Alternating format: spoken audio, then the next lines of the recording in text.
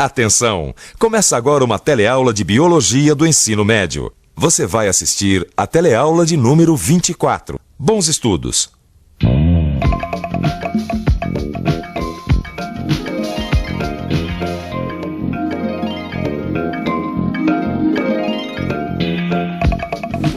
Mãe, acho que você exagerou um pouco dessa vez, né? Flávia, venha ver, que lindas, não resisti. Mamãe ficou louca pelas flores, Flávia. Fui logo comprando 10, olha só. Ai, comprei uma de cada cor. Eu tava louca pra comprar umas flores pra alegrar mais esta casa. Ai, eu adoro flor.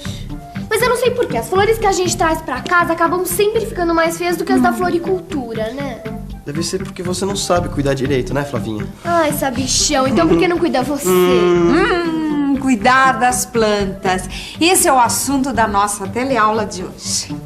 Hoje nós vamos conhecer alguns cuidados que a gente deve ter com uma planta. Para isso, vamos entender melhor o seu metabolismo. Vamos ver como ela consegue fazer o seu próprio alimento através da fotossíntese. E vamos ver como perde água na evapotranspiração. Vamos ver também a influência das condições ambientais no desenvolvimento, crescimento e floração dos vegetais.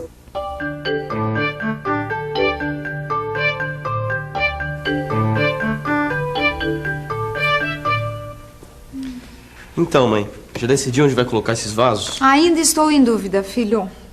Ah, põe naquele móvel ali, mãe, fica bonito. Lá também não dá. Tem hora que bate muito sol. Não esquece do que a moça da floricultura disse, né, mãe? Para elas ficarem bem bonitas e floridas, você tem que escolher um bom lugar para elas ficarem.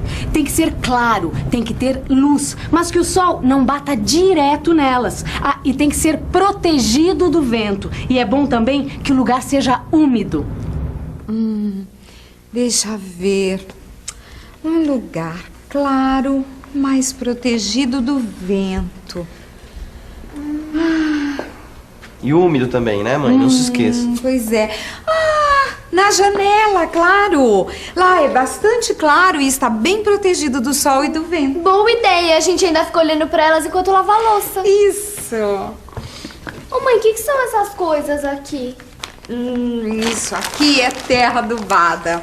A gente vai adubar essas plantinhas uma vez por mês e regar todos os dias. Aqui a gente pode colocar a água no pratinho e depois colocar o vaso. Ou pode até regar diretamente na terra junto da raiz. Mas só que tem que tomar muito cuidado para não molhar as folhas, porque senão elas apodrecem. Quem diria, hein? Uma plantinha tão pequenininha pra dar tanto trabalho assim. Ah, mas ela dá muita alegria também. Elas não são lindas? Então, Mãe, tô liberado, né? tá bom. Tchau. Tchau. Uma coisa é certa, tanto os vegetais quanto os animais precisam de energia para realizar suas funções vitais, seu metabolismo. Isso a gente já aprendeu no nosso telecurso de biologia, certo? É a respiração celular. Os animais e os vegetais utilizam a glicose e o oxigênio para obter a energia necessária para a sua sobrevivência. E nesse processo, liberam gás carbônico e água. Lembra-se? A diferença entre os animais e as plantas é que nós, os animais, precisamos comer para obter a energia que necessitamos, ou seja, a glicose necessária para fazer a respiração celular. Já os vegetais, eles fabricam seu próprio alimento. Eles sintetizam a glicose que precisam através de um método chamado fotossíntese. A fotossíntese só acontece na presença da luz. Aí começa o processo. Os vegetais transformam a água e o gás carbônico em glicose e energia. E assim conseguem produzir o seu próprio alimento. Então, temos dois processos que acontecem ao mesmo tempo, mas de forma independente. A fotossíntese, que produz a glicose, e a respiração, que usa a glicose para obter energia para o metabolismo. A planta realiza os dois processos ao mesmo tempo. A fotossíntese, que sintetiza o alimento, e a respiração, que transforma em energia. Tanto a respiração como a fotossíntese acontecem dentro das células, só que em locais diferentes. A respiração acontece nas mitocôndrias das células. Existem mitocôndrias nas células animais e vegetais. As duas usam as mitocôndrias para realizar a respiração celular. Agora, a fotossíntese acontece nos cloroplastos, que só existem nas células vegetais. Por isso, os vegetais conseguem sintetizar o seu alimento. Mãe, olha só onde é que estava o vasinho que faltava. Debaixo da cama do Dudu. Ah, mas era só uma experiência. Ô, Dudu, mas você não sabe que a planta, para viver, precisa de luz? Ah, eu só queria saber o que aconteceria com a planta se ela ficasse uma semana no escuro. Por isso eu coloquei ela debaixo da minha cama. Sem luz, a planta não faz fotossíntese. Ela não produz o alimento. Aí ela morre, definha. Coitada. Mas por que a luz é tão importante para a planta? Por que a luz é tão importante? Vamos voltar um pouco. Nas células vegetais existem os cloroplastos. Nos cloroplastos fica um pigmento verde chamado clorofila, que deixa as folhas e alguns caules verdes. Esse pigmento absorve a luz. A luz é fundamental, porque ela é a energia usada pela célula para a fabricação da glicose. Se não tem luz, de onde a célula vegetal vai tirar energia para fazer a fotossíntese? A planta acaba morrendo. Que precisa de luz eu já sei.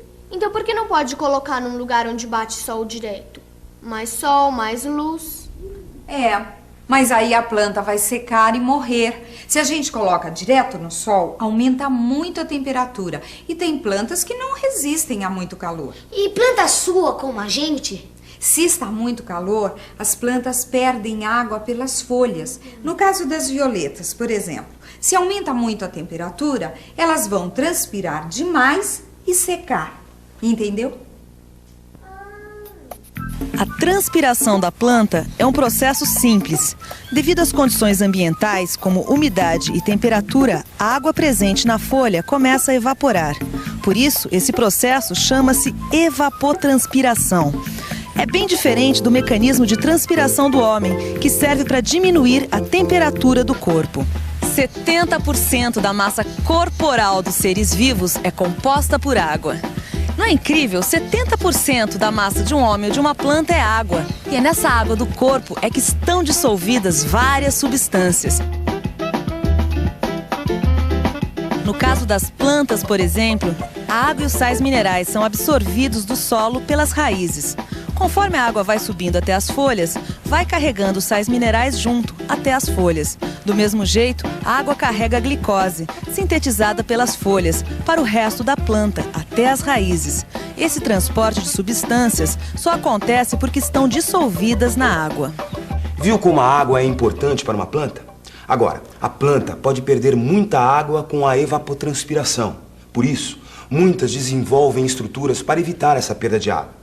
As violetas, por exemplo, olha aqui, se você reparar bem, vai ver que ela tem uma folha com uma espécie de cera por cima. E também vários pelos bem pequenininhos. Tudo para evitar a perda de água, através da evapotranspiração. Se a gente fizesse um corte numa folha de violeta, a gente ia ver uma estrutura mais ou menos assim. A cera forma uma camada que cobre toda a superfície da folha. Os pelos retêm a água que evaporou. Assim, mantém alta a umidade ao redor da folha. E isso vai diminuir a perda de água. Mas a melhor maneira de se evitar que uma planta seque é manter o solo sempre úmido. É fácil entender por quê. Conforme a planta transpira e perde água, as raízes vão absorvendo mais água do solo. Portanto, se o solo estiver sempre úmido, a planta vai retirar dele a quantidade de água que for necessário para ela. Viu só? Quanto mais a gente conhece sobre uma planta, mais fácil fica para a gente cuidar dela. Mãe, vê se tá bom esse tanto de água que eu coloquei no vasinho de violeta. Você colocou água demais, Dudu. Olha aí, a planta tá encharcada. As plantas gostam de bastante água. Mas se as folhas e a raiz ficar muito encharcada, aí fica um local ideal para começar a crescer fungos e bactérias, que são o quê? Micro-organismos que são decompositores e vão fazer com que a plantinha apodreça. Nossa, mãe, como essa plantinha é delicada. Tudo que está em volta pode interferir na plantinha, filho. O vento, a umidade do ar. Para entender melhor a ação da umidade do ar sobre a transpiração das plantas, vamos ver o que acontece com a roupa molhada no varal. Quando a roupa seca mais rápido? Quando o ar está seco? Quando está ventando e a roupa está bem estendida? ou quando o ar está úmido, parado e a roupa dobrada. É lógico que quanto mais seco o ar, mais vento e mais aberta a roupa, mais fácil ela perde água e seca no varal. Assim também acontece com as folhas das plantas.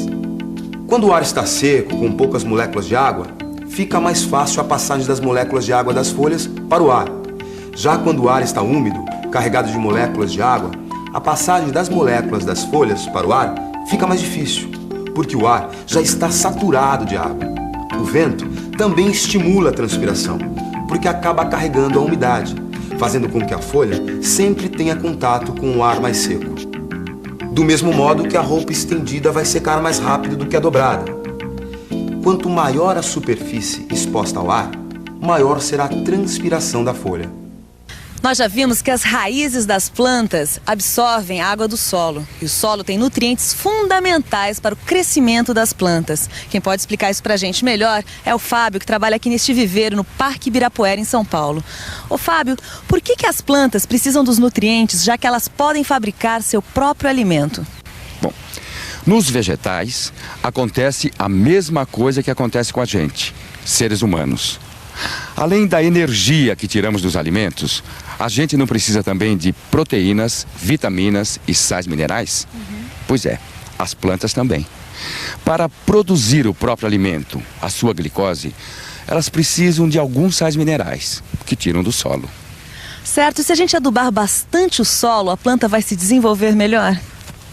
Se o solo tiver mais nutrientes do que a planta precisa ou consegue absorver, o excesso será aproveitado pelas bactérias e fungos, o que vai aumentar a proliferação desses organismos que podem causar muitas doenças às plantas. Sabe, mãe, esse negócio de planta é meio complicado, mas é bem interessante, viu? Eu andei lendo essa revista que a moça da floricultura deu quando você comprou as flores, lembra? Então, olha só. Eu sempre pensei que as plantas florescessem 1 ou 2 vezes por ano. Mas não, tem espécies que ficam anos inteiros sem florescer. Eu também não sabia que a floração pode ser acelerada ou retardada, se a gente variar as condições do ambiente. Como assim? Bem, mãe, se a gente mudar, por exemplo, a luz, a temperatura, a umidade ou os nutrientes do solo, a gente pode alterar a floração de uma planta. Isso sem falar nos hormônios, né? Hormônios? É, mãe, hormônios vegetais, que influenciam o crescimento e desenvolvimento dos vegetais, assim como os hormônios de crescimento dos seres humanos. Você sabe que eu nunca imaginei que os vegetais também tivessem hormônios de crescimento. Mas tem. E os homens pegam esses hormônios e utilizam para aumentar a produção, melhorando a agricultura. Legal, não é? Muito. Por isso que todo dia aparece um produto novo na feira, né? Sabe, mãe, eu tava aqui pensando, se eu fizesse uma faculdade de agronomia? Enquanto a gente conversa sobre o futuro, você trate de estudar e se preparar para o seu. Chegou a hora da revisão. E atenção, se liga aí que é a hora da revisão. Na teleaula de hoje, você viu como uma planta consegue sintetizar o seu próprio alimento através da fotossíntese. E que a energia para realizar suas atividades vitais, ela consegue com a respiração celular, o mesmo processo que acontece na célula animal. Viu também que vários fatores influenciam esse processo: luz, água e sais minerais. Mas aprendeu também que luz em excesso pode secar a planta e que muita água pode criar um meio ideal para a proliferação de fungos e bactérias que podem causar doenças. Aprendeu ainda que as plantas perdem água na evapotranspiração e que a quantidade de água que perde depende muito da umidade do ar. Você viu também que as plantas desenvolvem proteções para evitar a perda de água, cera e pelos nas folhas. Não deixe de dar uma boa olhada nos livros, hein? Bons estudos! E até a nossa próxima teleaula.